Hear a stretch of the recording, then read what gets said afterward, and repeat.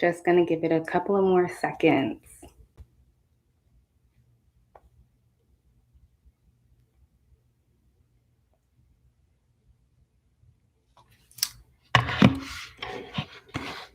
So today I'm gonna be talking a little bit about my first travel nurse assignment and things that I wish that I knew and things that I was happy that I knew. This is actually kind of on brand with my other platforms. I'm on Clubhouse as well. I have a club called Melanin Nurses. And next week, if you're on Clubhouse, we're going to be having a travel nurse room. So, two of the people that I learned a lot from on Clubhouse, Yanissa and Erica, they're going to be sharing their travel nurse gems. And let me tell you, most of the stuff I learned about travel nursing that helped me was from Clubhouse. So definitely tap in. If you're not on Clubhouse yet, then find someone who has some invites to give you because it's super valuable. So the first thing that I will say is check your hours. I have a lot of friends, mostly non-nurse friends, sending me contracts that are like 10,000 a week, 11,000 a week. And I always tell them, like, look at how much I would have to work because some of those contracts you have to work 5, 6 days a week. So although the money's good, I am still a new nurse. I became a nurse in June 2019. I passed my NCLEX. So I'm still a new nurse under 2 years. I don't want to get burnt out yet. Granted, I work PRN right now, but just keep that in mind. Like, be realistic about the number of hours. The assignment I took was a 48-hour assignment, and it still paid pretty well. So, yeah, like there's shorter hours you could work. Also, look at how long the contract is. There are short contracts out right now. Like mine was a month. I've seen some that are only, you have to only commit for a week or two, which is super nice because you can make your quick little 10K and dip out. And I think that that's easier, a easier way to avoid burnout, like signing a shorter contract and then extending if you feel comfortable with extending. So that's what I plan on doing next. Like the month was okay, but I think next I want to sign like a 2 week contract and then keep extending a week if I feel like I can handle more of it. So the second thing I will say is read your contract, read it like crazy. I read my contract so many times and it was short too.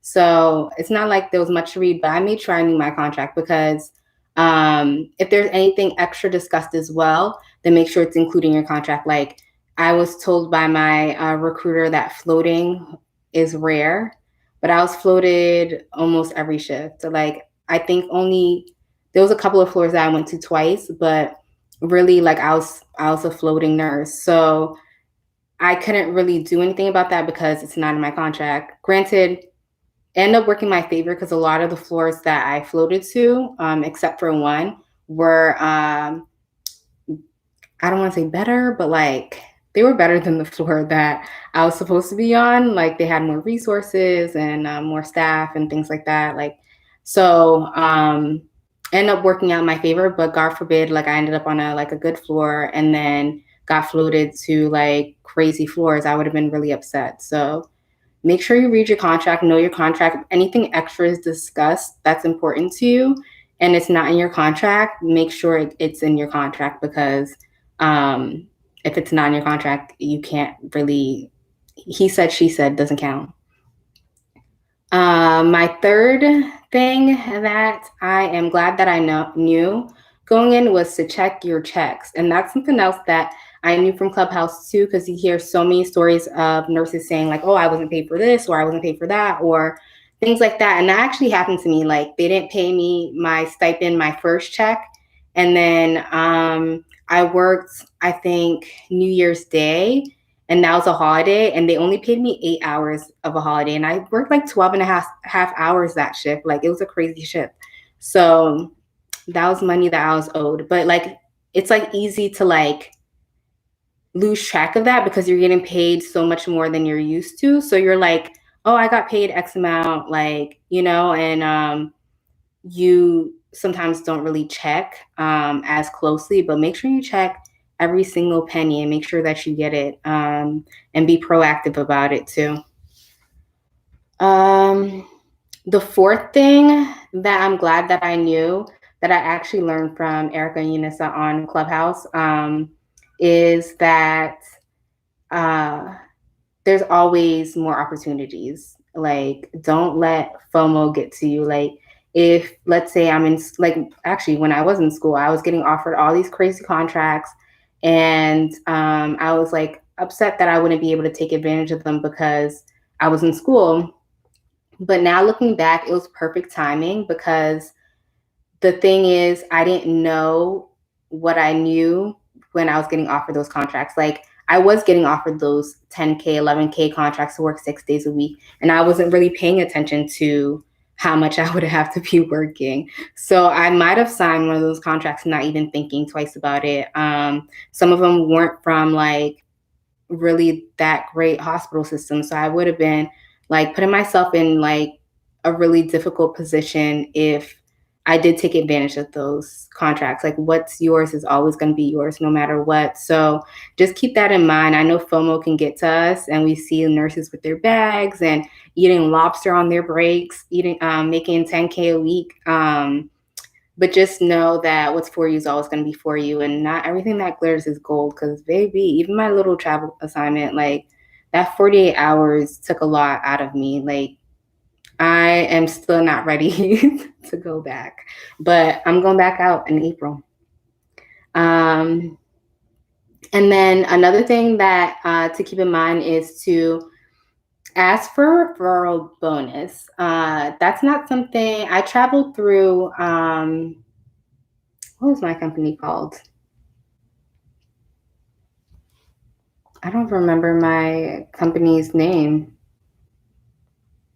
Oh, ProLink. I traveled through ProLink, and they do have a travel referral bonus, but they didn't like tell me that initially. So I asked, like, "Hey, if I refer nurses to you, will I get a bonus?" And they told me. And I think like we don't ask about that either because we're so excited to share opportunities. Like I like ProLink because I got my assignment so quick.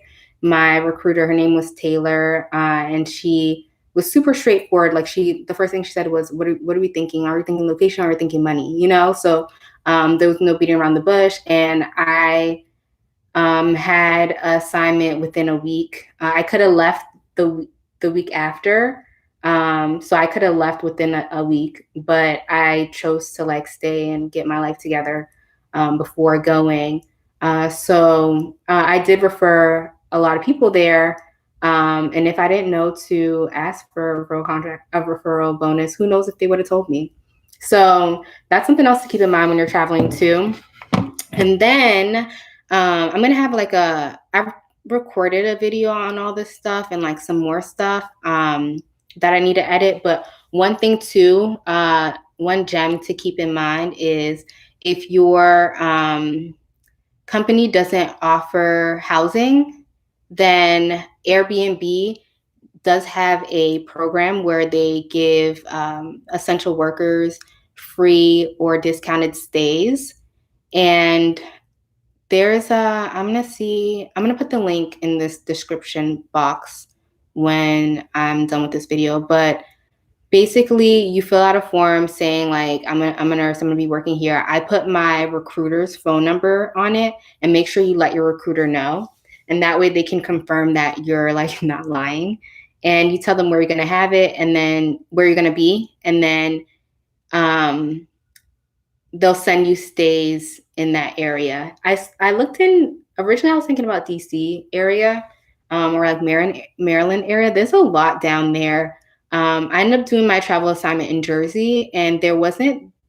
When I looked in the area I was looking, there was no more free stays. There was discounted stays, but it took so long for the form to process that by the time I got it, I already had gotten housing through Airbnb, but I still got a discount. And the way that I did it was I messaged people on Airbnb and said, "Hey, my name is Rashida. I'm a travel nurse. I really like your apartment. I would like to stay there.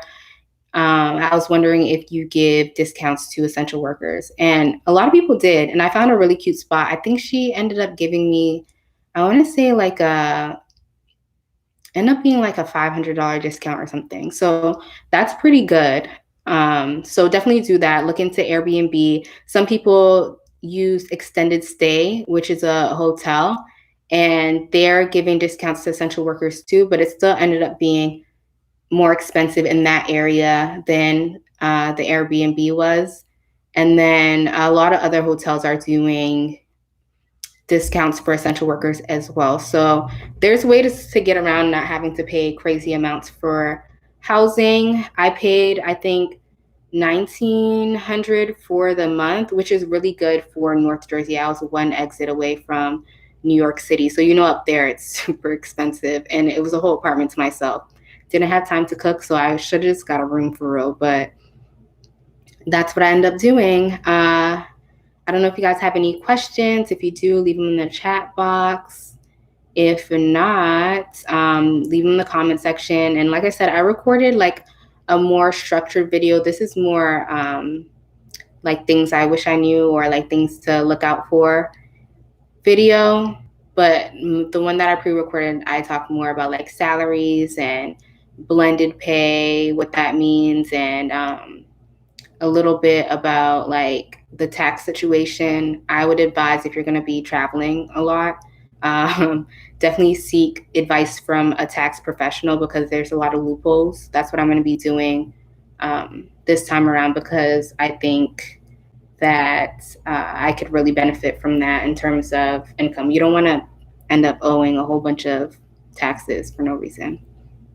But yeah, guys, that's a little snippet of my experience. That's like the neutral stuff. There was some really great parts of it, and there was some really ghetto parts of it. And I'm still processing all of it. And eventually I'll probably have to do a part 2 where I'm like more transparent about like some of the scary things that happen. But I am not sure how to speak about them yet, from like a mental health standpoint, and then also from like a legal standpoint. I'm not sure like what I can share.